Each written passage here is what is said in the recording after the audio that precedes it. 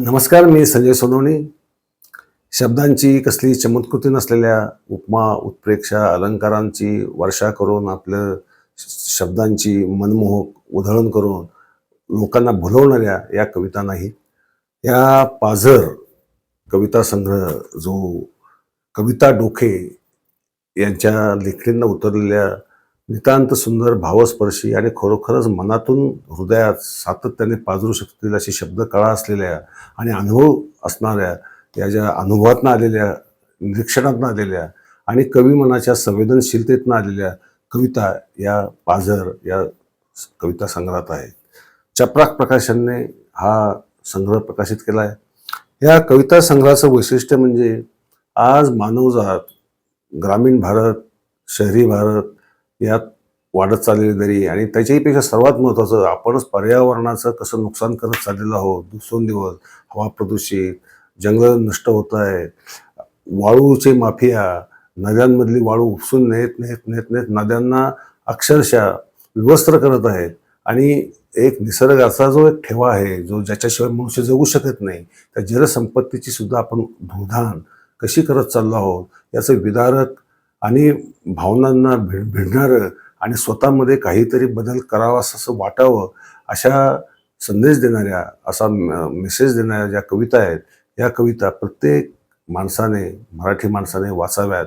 ग्रामीण भागातल्या लोकांनी तर त्या अवश्य वाचाव्यात. म्हणजे आपण खरोखरच कसे जगत आहोत, आपल्या जगण्याची मूल्य काय आहेत, आपण कोणत्या दिशेने चाललो आहोत आणि ही जी जगण्याची दिशा जी आहे, जी झपाट्याने बदलत चाललेली आहे आजच्या गतिमान जगामध्ये, त्या गतिमान जगामध्ये वाहत असताना आपण आपली माणुसकी कशी हरवत चाललो, आपली संस्कृती कशी हरवत चाललो आहे, आपल्या संवेदना कशा हरवत चाललो आहेत, याचं अत्यंत विदारक दर्शन या अत्यंत साध्या सोप्या काळजाला भिडणाऱ्या शब्दांमधनं होतं. अशा या कविता आहेत.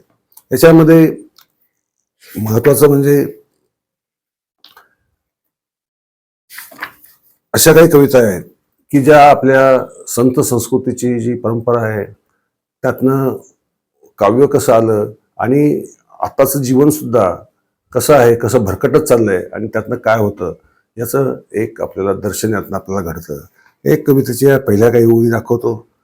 कोंडले ज्ञानोबाने स्वतःला, कोंडले ज्ञानोबाने स्वतःला, ताटी बंद जेव्हा केली, मुक्ताईचे ताटीचे अभंग तेव्हा कविता झाली.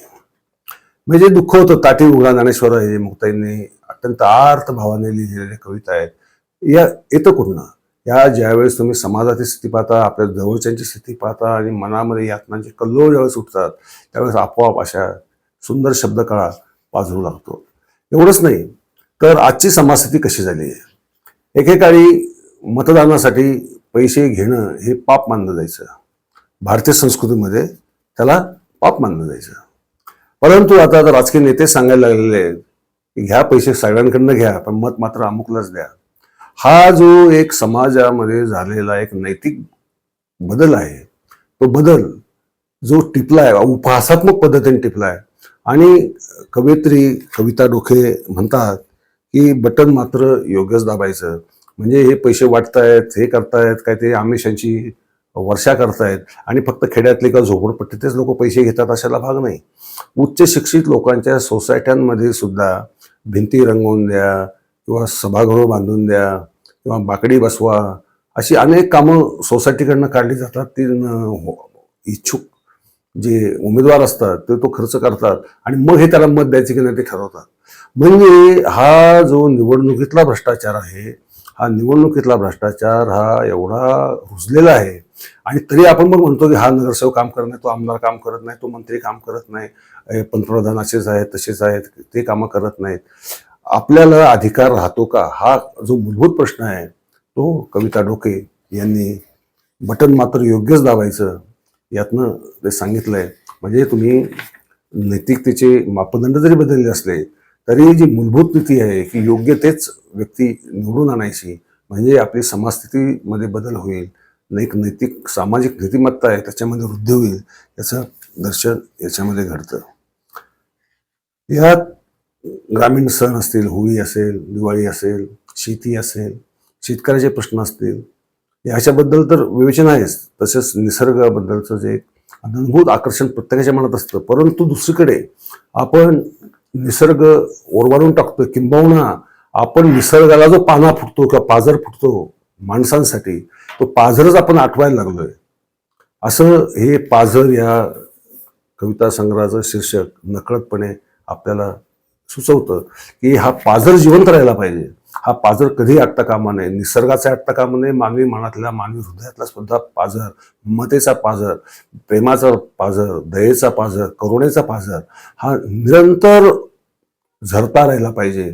म्हणून पाझर हे या कविता संग्रहाचं नाव अत्यंत समर्पक असं आहे, असं मी म्हणेल. या कविता तुम्ही सगळ्यांनी संग्रह द्यावा. 72 कविता आहे त्याच्यामध्ये. त्या 72 कविता म्हणजे जीवनाचे 72 वेगवेगळे अनुभव आहेत. ग्रामीण भागात फिरताना, राहताना, ग्रामीण लोकांशी संवाद साधताना, तिथला निसर्ग पाहताना, तिथली निसर्गाची होणारी ओरबाडणूक पाहताना ज्या कवयित्रीला ज्या यातना झालेल्या आहेत, त्या यातनांचं चित्रणसुद्धा याच्यामध्ये अत्यंत हृद्यपणे आलेलं आहे आणि चपखलपणे आलेलं आहे. तर अशा रीतीने हा कविता संग्रह घनश्याम पाटील यांनी चपरा प्रकाशनातर्फे प्रकाशित केलेला, तो आपण नक्कीच वाचला पाहिजे, मनोमन तो रुजवला पाहिजे आणि आपल्याही हृदयांमधनं एक जगाच्या बद्दलच्या प्रेमाचा पाझर कसा फुटेल, करुणेचा पाझर कसा फुटेल याची आपण काळजी घेतली पाहिजे.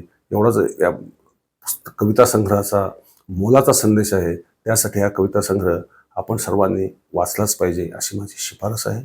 मित्रांनो, धन्यवाद, नमस्कार.